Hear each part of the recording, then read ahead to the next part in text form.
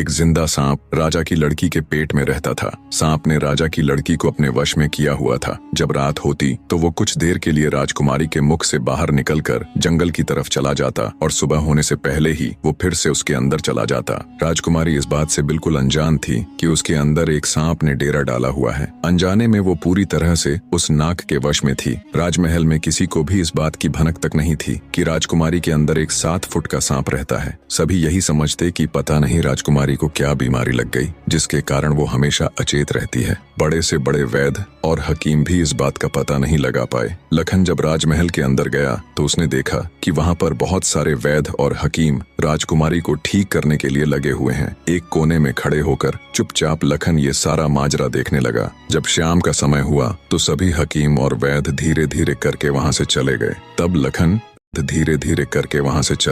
तब लखन राजा के मंत्री के पास गया और बोला, मंत्री महोदय, सभी अपना प्रयास कर चुके हैं, अब एक मौका मुझे भी दिया जाए। लखन की बात सुन मंत्री उसे अपने साथ ले राजा के पास जाता है और लखन का प्रस्ताव राजा के सामने रखता है। बेचारा हर तरफ से निराश हो चुका राजा एक बार अनमने ढंग से लखन की तरफ देखता है, फिर दुखी मन से कहता है, बताओ तुम मेरी बेटी का इलाज किस प्रकार करोगे। लखन राजा को प्रणाम कर बोला, महाराज, मुझे एक रात अपनी बेटी के साथ ठहरने की इजाजत दीजिए, तभी मैं किसी नतीजे पर पहुंच सकूंगा। एक बात और महाराज, मैं बिल्कुल एकांत में राजकुमारी के साथ रहना चाहता हूँ, तभी मैं अच्छे से ध्यान लगाकर राजकुमारी जी की बीमारी का पता लगा पाऊंगा। लखन की आत्मविश्वास भरी बातों से राजा के मन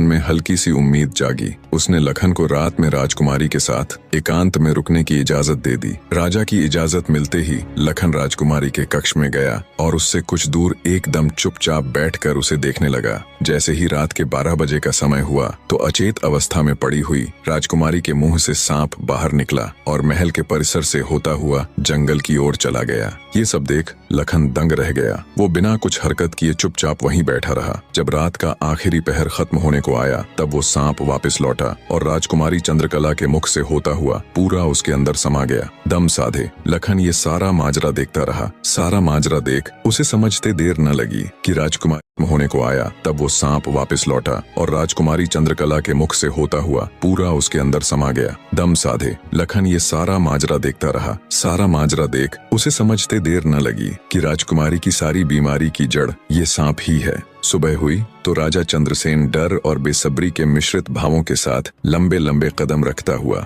अपने मंत्री के साथ राजकुमारी के कमरे में आया और बेसब्री से उसने लखन से पूछा, बताओ लड़के, तुम किस नतीजे पर पहुंचे? क्या मेरी बेटी ठीक हो जाएगी? लखन बोला, महाराज, मुझे राजकुमारी की बीमारी का पता चल गया है और ईश्वर ने चाहा तो वो जरूर ठीक हो जाएगी। आप मुझे एक रात का समय और दीजिए और मेरे लिए एक तलवार, एक मिट्टी से भरी हुई बड़ी सी बाल्टी का इंतजाम कर दीजिए। लखन की बात सुन राजा को बहुत सुकून मिला। उसने मंत्री को लखन के द्वारा मांगा गया सारा सामान उसे देने का निर्देश दिया। अब सभी को इंतजार था तो बस रात का